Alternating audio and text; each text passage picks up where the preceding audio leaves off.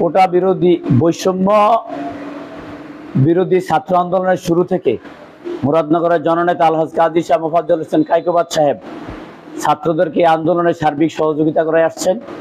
আপনারা জানেন এই আন্দোলনে যারা শহীদ হয়েছে তাদের জন্য কায়কোবাদ সাহেব মুরাদনগর বড় মাদ্রাসায় সারা পুরো উপজেলাকে নিয়ে দোয়া মাহফিল করেছেন। গতকালকে মুরাদনগর উপজেলার প্রত্যেকটা মসজিদে দোয়া পড়িয়েছেন এবং আজকে উনি আমাদেরকে নির্দেশ দিয়েছেন এবং অনুদান পাঠিয়েছেন।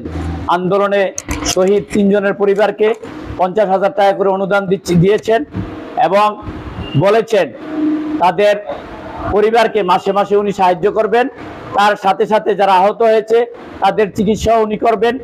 আপনারা যারা আছেন এলাকাবাসী, আপনারা সবাই কায়কোবাদ সাহেবের জন্য দোয়া করবেন। আল্লাহ যেন কায়কোবাদ সাহেবকে সুস্থ করে মুরাদনগরের জনগণের খেদমতে আবার ফিরে আসতে পারে, এই আহ্বান জানিয়ে আপনাদের নিকট সকলের নিকট দোয়া চেয়ে আমি আমার বক্তব্য এখানে শেষ করছি। আল্লাহ হাফেজ। আসসালামু আলাইকুম। উপস্থিত আমার বিএনপি সংগ্রামী ভাই ও বন্ধুরা, আজকে আমরা যারা মুরাদনগরে বৈষম্য বিরোধী আন্দোলনে পুলিশের গুলিতে শাহাদত বরণ করেছেন তাদের বাড়িতে আমার নেতা কায়কোবাদ সাহেবের নির্দেশে আমরা প্রত্যেককে 50,000 টাকা করে অনুদান দিয়ে আসছি এবং বলছে তারা প্রতি মাসে মাসে তাদেরকে কিছু অনুদান দেবে।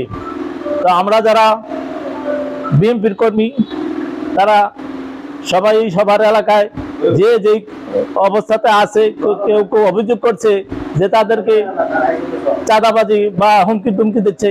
আসলে এটা মিথ্যা অপবাদ আমাদের বিরুদ্ধে প্রচার করছে।